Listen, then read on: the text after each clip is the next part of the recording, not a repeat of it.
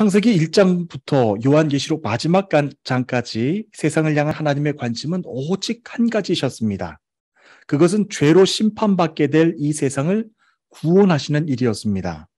아담과 하와가 하나님께 범죄한 이후로 죄의 권세가 온 땅을 다 덮었습니다. 죄의 권세로 덮어진 온 세상은 심지어는 세상을 창조하시고 다스리시고 섭리하시는 하나님에 대해서도 대적했습니다. 그래서 지난날 교회 역사들을 다시 되돌아보면 분명히 깨닫게 되는 것 한 가지가 있습니다. 교회는 늘 이 세상과 충돌해 왔다고 하는 것, 그리고 박해를 받아왔고 교회를 대적하는 거대한 영적 원수들과 싸워왔다는 것입니다. 모든 전쟁에는 승패가 있기 마련이죠. 당연히 하나님께서 언약의 백성으로 삼으신 이스라엘에게도 전쟁의 승리가 있었고 패배가 있었습니다. 하지만 이것을 조금 더 정확하게 말씀을 드리자면 하나님이 함께 하시는 전쟁은 이기게 하셨고요. 하나님이 함께 하지 않으시는 전쟁은 패하게 하셨습니다. 그러므로 전쟁을 바라볼 때 우리의 시선은 전쟁의 결과에 있지 않습니다. 그 전쟁에서 하나님이 함께 하셨는가 아니면 함께 하시 않으셨는가에 있습니다. 그런 이유들 때문에 하나님을 알지 못하는 세상 불신자들은 그 전쟁에서 하나님이 함께 하셨는지 하나님이 함께하지 않으셨는지는 중요한 것 아닙니다. 오직 그들의 관심사는 전쟁에서 이기는 것만 중요합니다. 하나님이 함께하시는 전쟁에는요, 늘 기적과 같이 일하셨습니다. 세상의 왕과 권세자들이 하는 것처럼 칼과 무기로 하지 않으셨는데도 불구하고 이기게 하셨습니다. 저는 대표적으로 골리앗과 다윗의 전쟁, 다윗과 골리앗의 전쟁이 떠오릅니다. 어린 다윗이 거대한 몸집의 골리앗 장군과 싸우러 나갈 때는 물맷돌 5개만 가지고 그 앞에 나갔습니다. 골리앗의 키는요 6규빗하고도 한 뼘이나 더 됐다고 성경은 기록하고 있습니다. 한 규빗을 가리켜 대략 손끝에서부터 팔꿈치까지 길이로 대략 45cm로 추정을 합니다. 계산을 해보면 골리앗의 키는 무려 2m 90cm. 여러분 상상이 되시나요? 2m 90cm 정도였다고 추정을 할 수 있습니다. 아무리 작게 잡아도 그의 키가 2m 40은 되었을 거인이라는 것입니다. 그 거대한 거인이 입고 있었던 두꺼운 갑옷과 아주 거대한 칼날은 보는 것만으로도 사람을 아주 오금을 저리게 했을 것입니다. 두렵게 만들었을 것입니다. 도저히 상대가 안 되는 다윗입니다. 하지만 골리앗과의 싸움에서 하나님이 다윗과 함께 하셨습니다. 다윗은 사울이 쓰는 투구와 갑옷도 입지 않고 대신 물맷돌 5개만 가지고 나갔습니다. 다윗은 무엇 때문에 물맷돌 5개씩이나 준비해서 나갔을까요? 만약에 1개를 던져서 실수하면 2개도 던지고 3개도 던지고 4개, 5개 정도면 던지면 골리앗을 그냥 넘어뜨릴 수 있을 것이다 라고 생각해서 5개는 가지고 간 것일까요? 아니면 골리앗의 체구가 너무나도 거대해서 1개만 던지면 부족하니까 5대는 던져야 쓰러뜨릴 수 있다고 생각을 해서 5개를 가지고 나갔던 것일까요? 여러분 당연히 그렇지 않습니다. 사무엘하 21장에는 골리앗과의 전투에 나왔던 장군이 골리앗 말고도 4명이나 더 있었다라고 기록하고 있습니다. 하나님은 블레셋 장군의 명수대로 정확하게 다윗을 위하여서 물맷돌 5개만 준비하게 하셨습니다. 다윗은 하나님의 영이 함께 하시는 사람, 하나님의 영이 가득한 주님의 사람이었습니다. 그래서 그 전투가 사람의 힘으로 하는 것이 아닌 하나님이 함께 해주셔야 이길 수 있는 전투라고 하는 것을 명심하고 물맷돌 5개만 가지고 그 전투에 나간 것입니다. 하나님이 함께 해주시는 전투에 다윗은 당연히 그들을 쳐서 넘어뜨립니다. 믿음의 사람들은 이처럼 하나님이 함께 하시는 전투들을 하나 둘씩 겪어나가면서 나와 함께 하시는 하나님이 함께 하실 때 나는 승리한다 라고 하는 그런 믿음의 간증을 하나 둘씩 차곡차곡 경험하면서 살아가게 됩니다. 하나님을 찬양합니다. 물맷돌 5개만 가지고도 블레셋 장수들과 싸워서 이겼던 다윗도 그 전투에서 이기고 나서 하나님을 찬양했습니다. 여호와는 나의 반석이시요 나의 요새시요 나를 위하여 나를 건지시는 자시요 내가 피할 나의 반석의 하나님이시요 나의 방패시요, 나의 구원의 뿌리시요, 나의 높은 망대시요, 그에게 피할 나의 피난처시요, 나의 구원자시라. 나를 폭력에서부터 구원하셨도다. 내가 찬송받으실 여호와께 아뢰리니 내 원수들에게서 구원을 받으리로다. 아멘. 다윗이 여호와의 그 함께하심, 여호와의 승리하심을 경험하고 나서 이렇게 찬양을 했습니다. 그리고 마지막에 가장 중요한 말씀을 전했는데요. 내 원수들에게서 구원을 받으리로다 라고 그는 간증했습니다. 다윗을 대표적으로 저는 예를 들은 것이지만요, 성경에는 이처럼 하나님이 함께 하셔서 승리케 하신 구원의 사건들이 무수히 많이 기록되어 있습니다. 저는 오늘 말씀을 시작하면서 죄의 권세로 덮어진 온 세상이 하나님을 향하여서도 대적하였다라고 하는 말씀을 드렸는데요. 세상을 구원으로 이끌어 가시는 하나님을 향해 대적하는 것은 지금까지도 아이러니하게 계속되고 있습니다.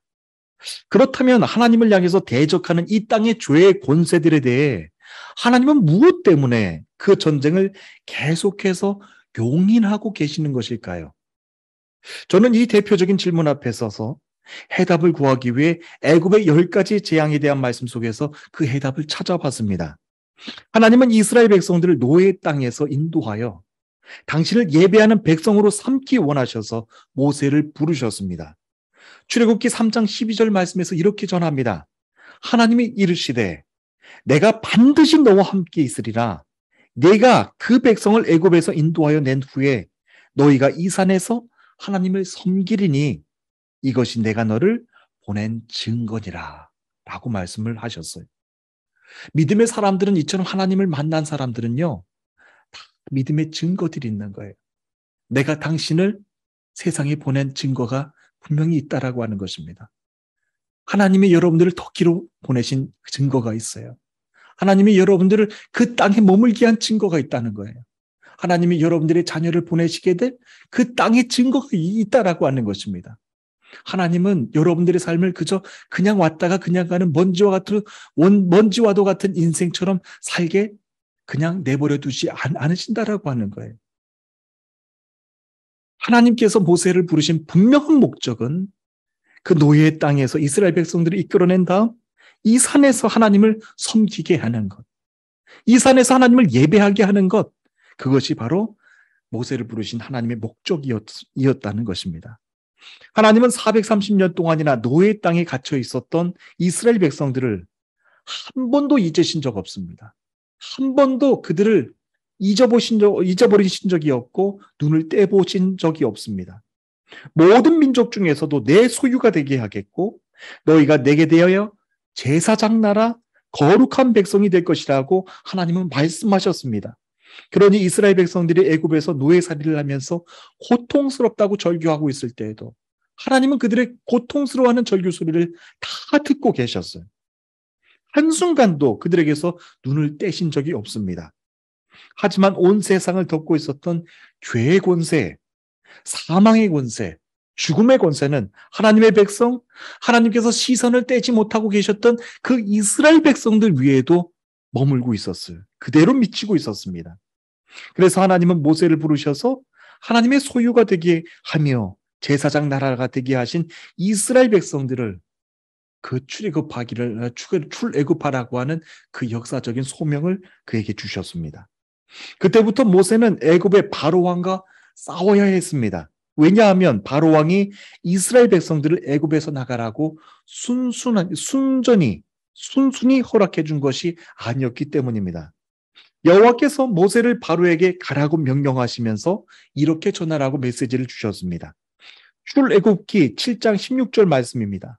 그에게 이르기를 히브리 사람의 하나님 여호와께서 나를 왕에게 보내어 이르시되 내 백성을 보내라. 그러면 그들이 광야에서 나를 섬길 것이라 하였으나 이제까지 내가 듣지 아니하였도다 라고 증거하라고 했습니다. 이제까지 네가 듣지 아니하였도다 라고 전하라고 말씀을 하셨습니다. 사실 여호와는 바로에게 이 말씀을 전하라고 하시기 전에도 바로가 이스라엘 백성들을 애굽 땅에서 내보내지 않으실 것이라고 하는 것을 알고 계셨습니다. 여호와의 이 한 말씀은 애굽의 이 10가지 재앙을 이해하는데 아주 중요한 힌트가 됩니다. 여호와께서는 처음부터 바로 왕이 이스라엘 백성들을 애굽에서 내보내지 않을 것이라고 하는 것을 알고 계셨습니다. 그것을 아셨음에도 불구하고 모세에게 다시 말씀하신 것이죠. 이는 처음부터 출애굽에 대한 하나님의 섭리, 그 구원의 계획이 바로하고는 상관이 없었다라고 하는 것을 미리 알려주시는 말씀입니다. 바로가 이스라엘 백성들을 내보내면 출애굽의 역사가 시작되고 바로가 허락하지 않으면 출애굽의 역사는 시작될 수 없다. 그런 메시지가 아닙니다. 나는 내가 애시당초 하나님의 백성 이스라엘을 내보내지 않을 것을 알고 있었어. 그럼에도 불구하고 모세에게 다시 전하라고 하신 거예요. 그런 것이 아니었다라고 하는 말씀입니다. 바로의 마음을 강팍하게 만들어서 이스라엘 백성들을 내보내지 못하게 만들었던 이가 바로 나 여호와라고 하는 것을 모세를 통하여서 알게 하신 말씀입니다.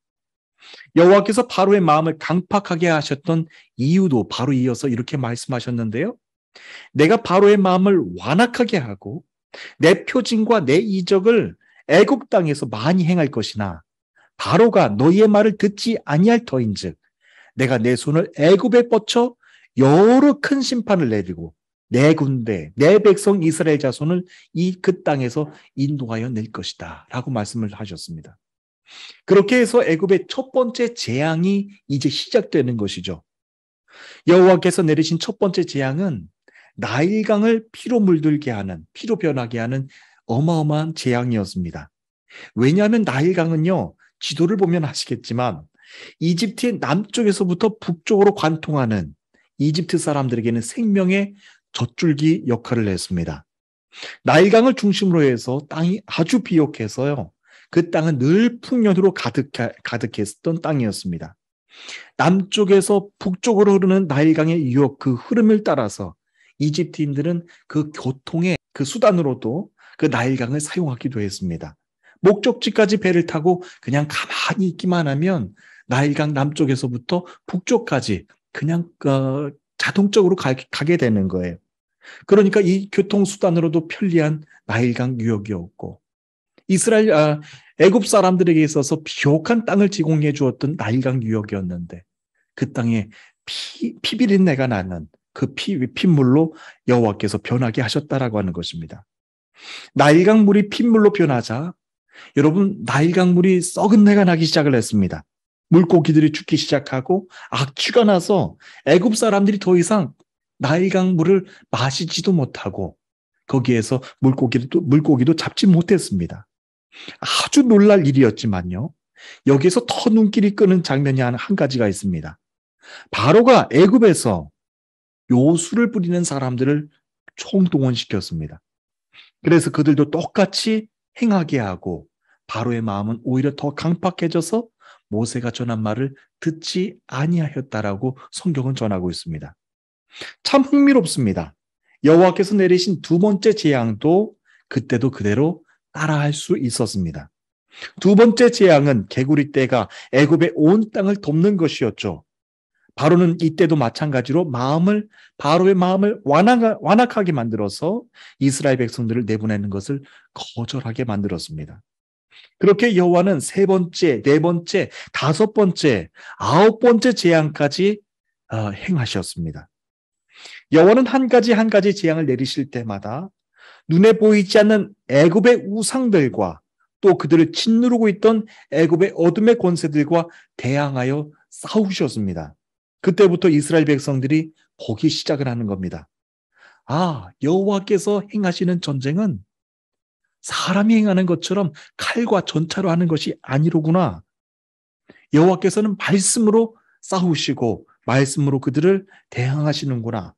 승리케 하시는구나 라고 하는 것을 보기 시작을 하는 것입니다. 그리고 승리와 패배의 분명한 의미를, 전쟁에서의 승리와 패배의 분명한 의미를 알게 해주셨습니다. 그것은 구원과 심판입니다.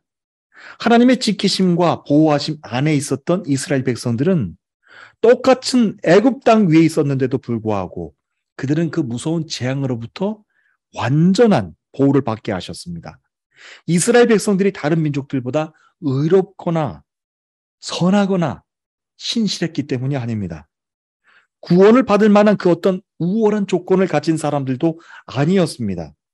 하나님의 우상을 숭배했던 애굽 사람들로부터 하나님의 백성 이스라엘을 구별하신 것이죠. 그리고 그들을 지켜주셨습니다. 그것이 바로 하나님으로부터 주시는 구원입니다.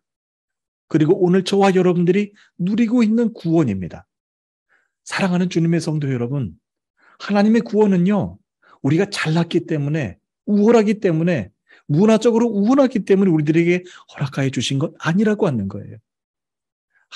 아무 보잘것없는데도 불구하고 하나님이 우리를 세상으로부터 구별해 주셨고, 하나님 우리를 통하여서 제사장 나라, 나의 소유가 되겠고 나의 기쁨이 되기를 원하셨다라고 하는 거예요.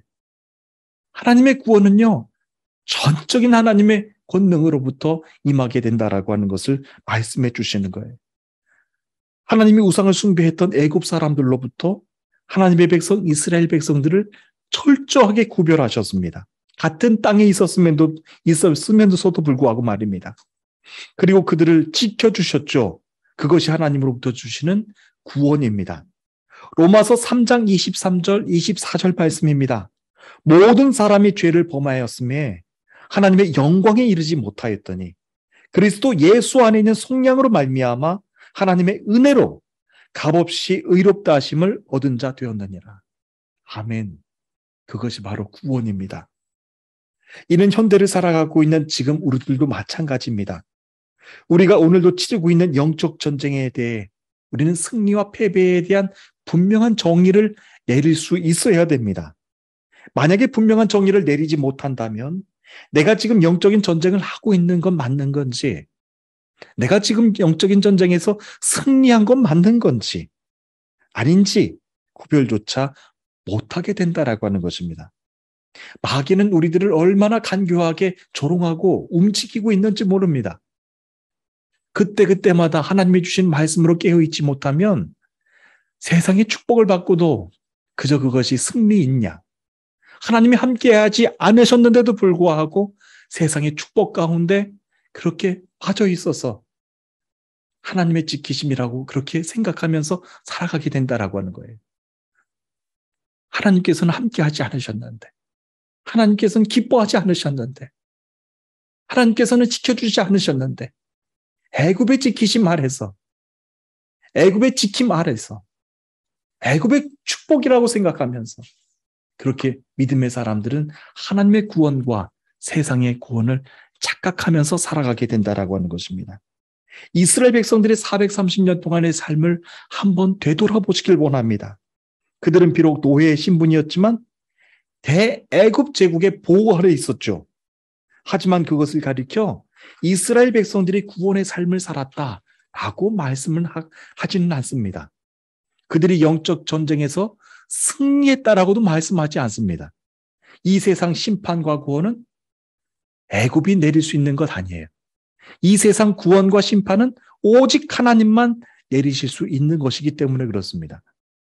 그러므로 이 땅에 우상 숭배를 하는 사람들과 하나님의 살아계심을 찬양하며 예배하는 당신의 백성들을 구별하시고 보호하시는 것, 그것은 오직 하나님만 하신다라고 하는 것입니다.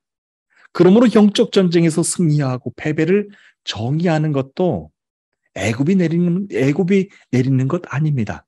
애굽의 바로 왕이 승리와 패배를 정의 내리는 것도 아니에요. 오직 하나님께서 여러분들에게 승리와 패배의 정의를 알려주신다라고 하는 겁니다. 그것은 하나님의 구원이 너희 가운데 머물렀느냐, 하나님이 너희와 함께 하셨느냐, 아니면 함께하지 아니하셨느냐, 그것이 중요하다라고 하는 것입니다. 하나님은 애굽 땅에 재앙을 하나 둘씩 내리실 때마다 그 승리와 패배의 정의를 분명하게 알게 해주셨습니다. 여러분 생각을 해보십시오. 10년도 아니고 20년도 아니고 100년도 아니고 무려 400년이 넘는 시간 동안에 애굽에서 살았던 이스라엘 백성들입니다. 그런데 그들이 승리의 의미, 승리를 어떻게 정리하겠어요? 애굽이 잘 살면 승리고, 애굽이 전쟁에서 승리하면 그것이 승리라고 생각했을지 모릅니다. 하지만 애굽이 지켜주는 것, 애굽의 그 강대함 아래 그냥 편안하고 안락하게 사는 것, 그것은 승리 아닙니다. 여러분들이 세계 어느 나라에 있든지 마찬가지입니다. 우리가 세계 어느 나라에서 만약에 이민 생활을 10년 하고 20년 하고 40년 하고 50년 하고 살아간다면 어느 순간 모르게 나는 그 나라 민족이 된 것처럼 그렇게 착각을 하면서 얘기할 때가 참 많아요. 제가 얼마 전에는 유럽에 계시는 그런 목사님들하고 통화를 나눴는데 어느 순간 보면은 얘기하다 보면은 한국 사람이 아닌 것 같은 그런 느낌을 받을 때가 있어요. 어느 순간 내가 유럽인이 된 것처럼, 어느 순간 내가 이 나라 사람이 된 것처럼 생각을 할 때가 참 많다라고 하는 거예요. 10년, 20년, 30년을 살면 그렇게 될 수밖에 없나 봐요. 그러니 400년을 넘도록 그렇게 오랜 시간 동안 노예로 살았으니 이스라엘 백성들의 그 정체성은 뭐였겠어요? 애굽이 이기면 나도 이기는 거다. 애굽이 강대해지면 나도 강대해지는 거다. 애굽이 안락하면 나도 안락하는 거다. 그렇게 승리의 정의를 해오지 않았겠습니까? 그런데 여호와께서 그것을 분명하게 알려주시는 거예요. 그가 아니다. 애굽의 10가지 재앙을 하나 둘씩 내리실 때마다 애굽이 강대하면 너희가 승리하는 것 아니야. 여호와께서 함께 해주시면, 여호와께서 함께 승리케 해주시면 그것이 승리야. 여호와께서 함께 행해 주시고 여호와께서 기뻐하시고 그 땅을 차지하게 해주시면 그게 바로 승리야 라고 하면서 10가지 재앙을 통해서 믿음의 승리, 패배의 정의, 그것을 분명하게 알게 해주셨다라고 하는 것입니다. 이스라엘 백성들은 지키셨고 애굽 사람들은 그렇게 하지 않으셨어요. 구별하셨고 또 구별하셨습니다. 하나님이 애굽에 내리신 재앙들을 다시 한번 또 올려봐도 그 일하심이 얼마나 장엄하고 두렵게 다가오는지 모릅니다. 우리는 얼마 전에도 큰 태풍을 우리 국내에서 소식을 들었는데 태풍 소식만 들어도 얼마나 두렵고 그렇게 두려운지 모릅니다. 하나님이 땅의 티끌들을 다 모아서 이로 변하게 해주셨는데 그것이 하나님의 재앙의 시작이었어요. 온 땅 전체에 이를 들끓게 하셨고 그때 군대 칼이 무슨 소용이 있었고 최신의 전차가 있다고 한들 무슨 소용이 있었겠습니까? 파리떼가 집집마다 가득하게 하셨고 들에 있는 가축들에게는 심한 전염병을 내리셨어요. 사람과 가축들에게도 악성 종기를 내리셨고 우박을 내리셔서 땅의 채소들은 다 죽게 만드셨습니다. 애굽 전역에 메뚜기 떼가 크게 하셔서 재앙을 내리셨고 세상에서 가장 해가 잘 드는 나라, 그곳에서도 태양의 집이라고 알려져 있는 태양의 집이라고 의미가 붙여진 헬리오폴리스라고 불리는 그 도시 위에 하나님께서는 어둠의 재앙을 내리셨어요. 놀라운 것입니다. 하나님은 하나의 재앙을 내리실 때마다 그래, 전쟁의 승리와 패배의 정의, 바로 이것이 승리야.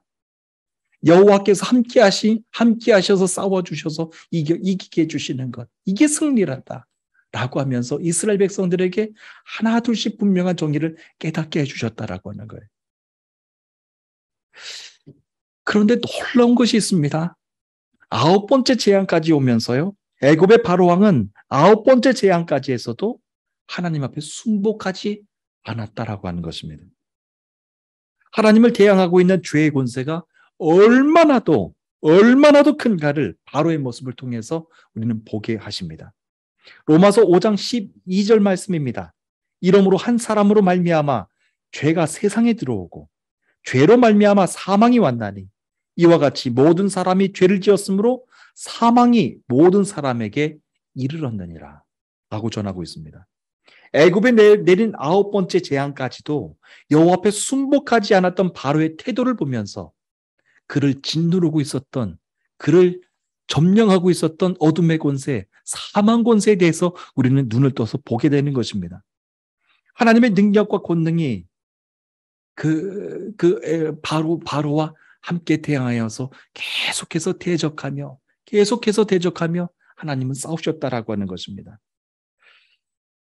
애굽에 내린 10번째 재앙까지, 9번째 재앙까지도 순복하지 않았던 바로의 모습을 보면서 우리는 두 가지 질문을 하게 됩니다. 우리는 한편으로 하나님의 능력과 권능이 이 정도셨을까? 한 사람을 꺾지도 못하셨을 만큼 그 정도로 강하지 못하셨던 것일까? 하나님은 무엇 때문에 단번에 바로를 넘어뜨리지 않으셨고 9번씩이나 재앙을 내리셔야만 했었을까?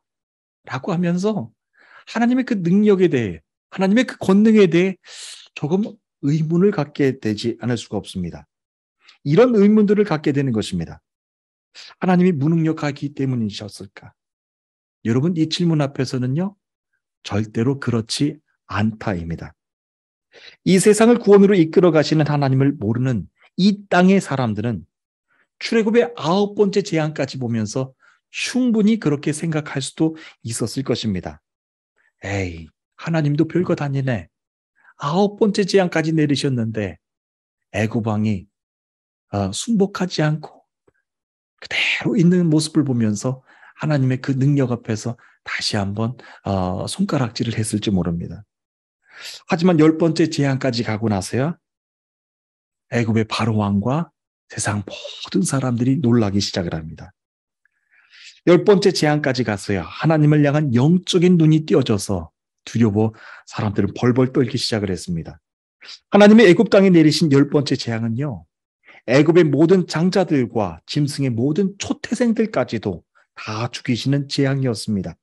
10번째 재앙에서 하나님은 이스라엘 백성들의 순종과 결단을 원하셨습니다. 첫 번째, 두 번째, 세 번째, 9번째까지는 하나님이 전적으로 그냥 이스라엘 백성들을 지키시고 구별하시고 보호하셨죠. 그런데 10번째 재앙에서는 이스라엘 백성들의 결단과 순종을 원하셨어요. 모세가 이스라엘의 모든 장로들을 불러서 이렇게 말합니다. 너희는 가서 가족을 위해 어린 양을 골라 유월절 제물로 삼으라. 그리고 대야에 담은 어린 양의 피를 우슬초 한 묶음으로 찍어서 문틀의 양쪽과 위쪽에 바르도록 하라. 여호와께서 이 땅을 지나가시면서 이집트 사람들을 치실 것이다. 그러나 문틀 위쪽과 양쪽에 피가 발라져 있는 것을 보면 그 문을 그냥 지나가실 것이니 죽음이 너희 집에 들어가지 않을 것이다. 라고 하면서 이스라엘의 모든 장로들을 불러서 그렇게 하라고 시켰습니다. 이스라엘 백성들은 여호와께서 모세와 아론을 통해서 명령하신 그 말씀들을 그대로 순종하면서 지켰습니다. 드디어 한밤중이 되었습니다. 여호와께서 말씀하신 대로 바로의 맏아들과 그리고 감옥에 갇혀있던 모든 죄수의 맏아들까지도 그리고 가축의 모든 처음 난 초태생들까지도 사망의 그 영은 다 치셨습니다. 애굽의 장남들과 초태생들은 하나도 남지 않고 다 죽었다는 것입니다. 하지만 그때도 하나님은 이스라엘의 장남들과 이스라엘의 모든 짐승과 가축들의 초태생들은 완벽하게 지켜주셨습니다. 그래서 하나님의 10번째 재앙까지 가고 나서야 우리는 하나님의 구원에 대해서 새롭게 영적인 눈이 띄어지게 됩니다. 그리고 배우게 되는 것들이 참 많습니다. 지구상에 살고 있는 인구가 지금 80억 명 정도라고 하는데요. 80억 명의 사람들이 각자 자기 환경에서 각자의 모습대로 살아가고 있다고 할지라도 우리의 영혼이 구원받을 수 있는 곳은 오직 한 장소, 유월절 어린 양의 피를 흘리시면서 죽으신 그 십자가의 현장, 그곳밖에는 없다라고 하는 것입니다. 그 십자가의 현장 앞으로 나와 오직 어린 양 예수 그리스도를 나의 구주로 영접하는 이들만 구원을 받을 수 있다라고 하는 것입니다. 우리는 참 어둠에서 하나님께서 내 삶 속에서 기적을 통해 역사하실 때 그때만 참 하나님을 찬양할 때가 참 많습니다. 능력의 하나님, 나와 함께 하시는 하나님, 그렇게 찬양할 때가 참 많습니다. 그래서 하나님의 기적이 단편적이고요, 연속적이지를 못해요. 애굽의 10번째 재앙, 10가지 재앙을 보면서도 아마 그렇게 생각할지 모릅니다. 단편적으로 기적을 그냥 생각하는 거예요. 아, 첫 번째 기적, 와. 두 번째 기적, 와. 세 번째 기적, 와. 하나님의 재앙을 그냥 단편적으로 계속 생각하는 거예요. 그러나 10가지 재앙을 여러분 연속적으로 생각해 봐야 돼요. 하나님은 왜 첫 번째 재앙에 이어서 두 번째 재앙을 내리셨고, 세 번째, 네 번째, 아홉 번째, 10번째 재앙까지 내려오셨을까? 하나님이 애굽에 내리신 10가지 재앙은요, 단편적으로 이해할 수 있는 것이 아닙니다. 연속적으로 이해해야지 이해할 수 있는 것입니다. 마지막 10번째 유월절 어린 양의 보혈을 보게 하시면서 세계 모든 민족들이 구원을 받을 수 있는 곳은 오직 한 곳. 유월절 어린 양의 보혈을 흘리시면서 죽으신 그 십자가의 현장, 그곳밖에 없다라고 하는 것을 9번째 재앙까지 오면서, 그리고 10번째 재앙까지 이르면서 그것을 보여주신다라고 하는 것입니다. 십자가의 그 현장 아래서 구원받은 한 강도의 이야기를 여러분들은 잘 알고 계십니다. 7 귀신에 시달리면서 고통스럽고 끔찍하고 흉측한 삶을 살아왔던 막달라 마리아. 그 막달라 마리아가 십자가 아래서 주시는 그 보혈의 은혜를 경험하고 예수 그리스도를 만나고 주님께 헌신한 삶의 이야기를 여러분들도 잘 알고 계실 것입니다. 그토록 많은 재산을 가지고 있어서 남들 부러워할 것 없이 살았던 삭개오도 그 십자가의 보혈의 은혜를 경험하고서 자신의 모든 재산을 가난한 사람들에게 나눠주었던, 그러면서도 영원히 기뻤던 그의 삶의 이야기를 알고 계십니다. 주님을 만난 것이 너무나도 기쁘고 즐거워서 자기의 전 재산을 다 드렸고, 그리고 주님과 함께하는 것이 너무나도 기뻐서 주님께 자신의 모든 삶을 헌신했던 그 막달라 마리아. 얼마나 귀한 구원받은 사람들의 삶의 모습인지 모릅니다. 하나님은 저와 여러분들이 오늘을 살아가면서도 여러 가지 기적을 주시는데요. 우리들의 문제는 여러 가지 기적들이 하나로 연결이 되지 않는 거예요. 이 기적 주실 때는 와, 감사합니다. 그냥 기적과 기적들이 다 단편적인 거예요. 연결이 되질 않아요. 그런데 하나님께서 하나, 둘, 셋, 넷 기적을 행해 주시면서 여러분들을 기다리시는 거예요. 그 생명의 그 유월절 어린 양의 피가 있는 그곳으로. 하나, 둘, 셋, 넷, 다섯, 여섯, 일곱, 여덟, 9번째 기적을 행하게 해주시면서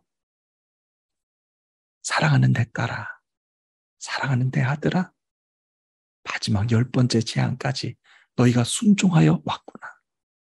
그래, 내가 너의 영혼을 구원해 주겠노라. 내 영혼을 영생할 수 있는 그 축복을 주겠노라. 라고 하면서 하나님께서 그 구원의 축복을 10번째 재앙에서 보여주게 해주시는 거예요. 여러분 모두가 잘 알고 계시는 것처럼 애굽에 내린 그 9가지의 재앙은요, 다 애굽의 우상들과 대항하셨던, 싸워서 승리하셨던 여호와의 모습이에요. 그런데 여러분, 여호와 하나님의 그 10가지 재앙의 그 목적은요, 애굽 땅의 모든 우상들과 싸워서 이기는 것, 그것에 있지 않아요. 우상들은 어차피 말도 못해요. 생각도 못해요. 어떤 기적도 내릴 수가 없어요. 그냥 바보예요. 여호와 하나님께서 그 우상들과 싸워서 이기실 이유가 전혀 없는 거예요. 10가지 재앙, 우상들과 싸워서 이기기 위해서 여호와께서 그 놀라우신 기적들을 행하신 것 아니라고요. 애굽의 그 모든 우상들과 싸워서 이기는 것이 목적이었다고 한다면 아마 1000가지, 10,000가지 그 이상의 우상들과도 더 싸워서 이겨야 하셨을 것입니다. 아마 그랬다면 여호와 하나님은 그냥 기적을 베푸시는 하나님, 전쟁을 좋아하시는 하나님, 그 정도로만 성경에 기록되었을 거예요. 그러나 그렇지가 않아요. 여호와 하나님께서 기적을 베푸시는 그 목적과 그 과정들을 보면요, 하나 둘씩 여러분들을 인도하고 계시는 거예요. 여호와에 대해서 믿음의 눈, 그 구원의 눈을 뜨지 못했을 때는 첫 번째 두 번째, 세 번째, 네 번째 서서히 믿음의 눈을 뜨게 하시는 거예요. 애굽 땅에서 430년 동안 그 승리와 패배의 정의도 모른 채 살았던 이스라엘 백성들에게 승리와 패배의 진정한 의미가 무엇인지 가르쳐 주시면서, 그래 사랑하는 내 딸아, 아들아, 너희는 세상의 노예 아니야. 내가 너를 택했고 내가 너를 내 아들과 딸로 삼았고 제사장 나라로 삼았고 내가 너를 통해서 예배받기 원해.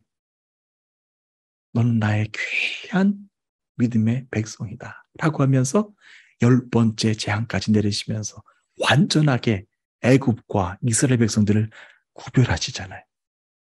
마지막 구원으로 인도하신 하나님이라고 하는 것입니다. 사랑하는 주님의 성도 여러분, 오늘도 하나님은 저와 여러분들이 살아가는 그 삶의 현장 가운데서, 그리고 그 기적의 현장 가운데서 여러분들과 함께 하시면서 일하고 계시는 줄 믿으시길 바랍니다. 하지만 우리가 함께 기억하길 원합니다. 기적 하나하나가 단편적으로 중요한 것 아닙니다. 그 기적들을 통해서 결국에는 구원의 하나님을 향한 내 믿음의 눈이 띄어지기를 원하시고, 그리고 하나님은 나와 함께 예배하기 원하신다라고 하는 거예요. 그러니 이 예배 자리가 얼마나 더 큰 축복이고 얼마나 더 귀한 영광의 자리인가요? 하나님에 대해서 알지 못했던 나를, 세상의 우상으로 살았던 나를 하나 둘씩 친절하게 그냥 가르쳐 주시는 거예요. 사랑하는 내 아들아, 이것이 참 승리란다. 사랑하는 내 아들아, 이것이 참 패배란다. 라고 하면서 내가 너와 함께 하기를 원하고 너를 고쳐주기를 원한다. 라고 하면서 마지막 10번째, 그래, 너의 영혼을 정말로 구원하길 원한다. 라고 하면서 믿음으로 초청하시는 거예요. 세계 민족, 모든 민족들이 우리가 영혼을 구원을 받을 수 있는 곳은 여러분들이 뭐 선진국에 있고 여러분들이 큰 우와 명예를 누릴 수 있는 그곳 아닙니다. 저와 여러분들이 구원을 받을 수 있는 곳은요, 오직 한 곳, 예수 그리스도의 십자가가 세워진 그곳, 6월절 어린 양의 피로 나를 구원케 하여 주신 그곳, 그곳이라고 하는 거예요. 오늘도 하나님은 저와 여러분들을 그 6월절 어린 양의 보혈이 가득한 곳, 그 십자가가 세워진 곳, 그곳으로 저와 여러분들을 초청하고 계신 줄 믿습니다. 우리 어린 자녀들이 이제 세계 어느 나라에 가서 공부를 할 것입니다. 우리 어린 자녀들이 세계 어느 나라에 가서 그렇게 믿음의 사람으로 우뚝우뚝 강건하게 그렇게 세워져 나갈 거예요. 하지만 우리 믿음의 자녀들도 기억하십시오. 여러분들이 영원히 구원받을 수 있는 곳은 그냥 환경이 좋은 곳, 살기 편한 곳, 그곳이 아니라고 하는 거예요. 여러분들이 어디에서 살아가시든 믿음의 정의를 분명히 하시길 바랍니다. 승리의 정의, 패배의 정의. 여러분들이 터키에 살든 유럽에 살든 미국에 살든 승리의 정의는 변하지가 않아요. 하나님이 함께 해주시고 하나님께 싸워주시는 그 전쟁, 다윗처럼 마찬가지예요. 세상이 여러분들을 아무리 공격하고 크게 두렵게 만든다고 할지라도 물맷돌 5개면 끝인 거예요. 여호와 하나님께서 대신 싸워주시는 것이기 때문에 그렇습니다. 이제 다가오는 한 주간에서도 여러분 하나님이 함께 해주실 줄로 믿습니다. 여러분들이 거하시는 모든 가정과 일터와 학업 위에 주님의 함께하심이 함께하시기를 바라겠고 기쁨과 평안이 가득하시기를 주님의 이름으로 축복합니다. 우리 다 함께 기도하시겠습니다.